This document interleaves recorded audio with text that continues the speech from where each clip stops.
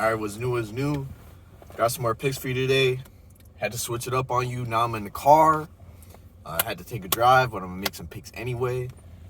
Yesterday went pretty good. Went 2-0. Any day that you can go undefeated, that's always good. Can't complain. I'll take that every day.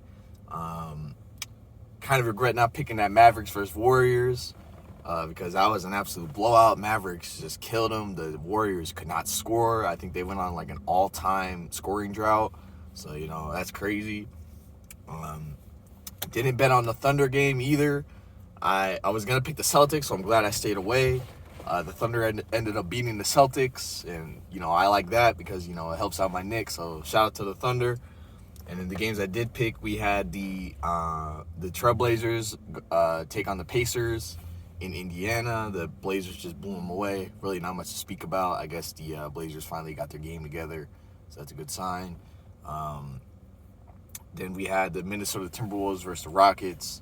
Timberwolves had like a 10-point lead going into halftime, and then the Rockets had a big third quarter. So it all came down to the fourth, and the Timberwolves ended up coming through. They won by 7. So, good win for them. They should have beat the Rockets. That's a team they should beat. So, glad for them. Got me to win. What can you say? And then, today, for the first game, got these goddamn Atlanta Hawks coming to Philly to take on the 76ers. The Atlanta Hawks have been, just an absolute wild card. They beat the Bucks without Trae Young. Full-strength Bucks beat them by 7. And then they lost to the Pistons the very next night. You could obviously make a case. Well, it was just a back-to-back. They're tired. You can make that case. Or you can make the case of, the Bucks just had an off night. The Hawks really aren't that good without Trae Young. So it's really, which one do you believe? That's really what you should base this pick off of. After the Hawks lost to the Pistons, I had looked right after the game, and I'm like, all right, who are they playing next? Because I got to figure out what I'm going to do, where I'm going to go with the Hawks. I got to win a Hawks pick, man. It's getting ridiculous. They just keep, throwing curveballs at me. And I saw that they're playing the 76ers, and I was like, oh, man, I'm picking the 76ers no matter what. But then, I saw the spread, this morning. It was a minus 8.5 spread for the 76ers. That's quite big. That's almost 10 points.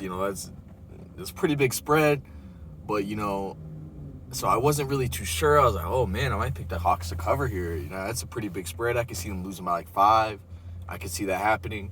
So, I was kind of torn, but, I looked into it, and what really sold it for me for the 76ers is the fact of how good they are at home.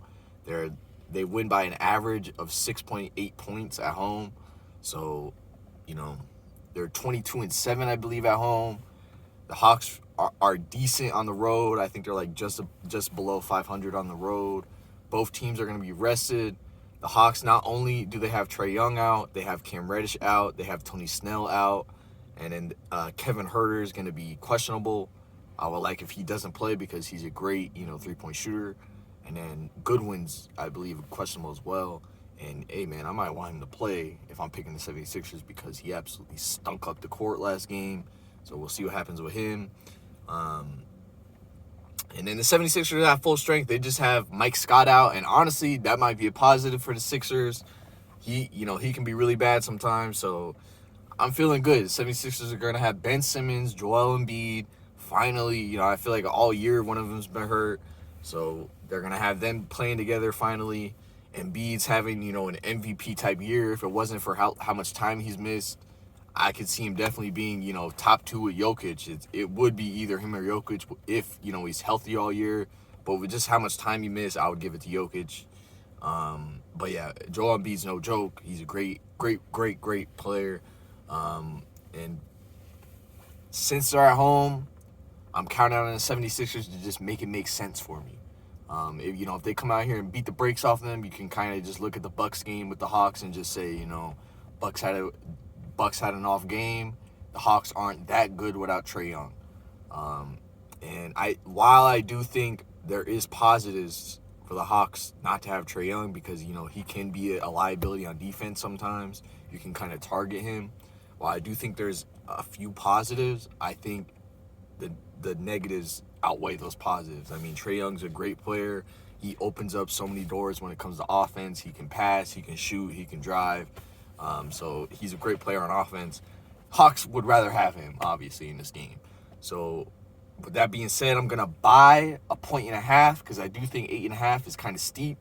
So I'm going to buy a 1.5. So I'm going to make it a -7 spread for the 76ers. That's going to be my pick. We'll see what happens.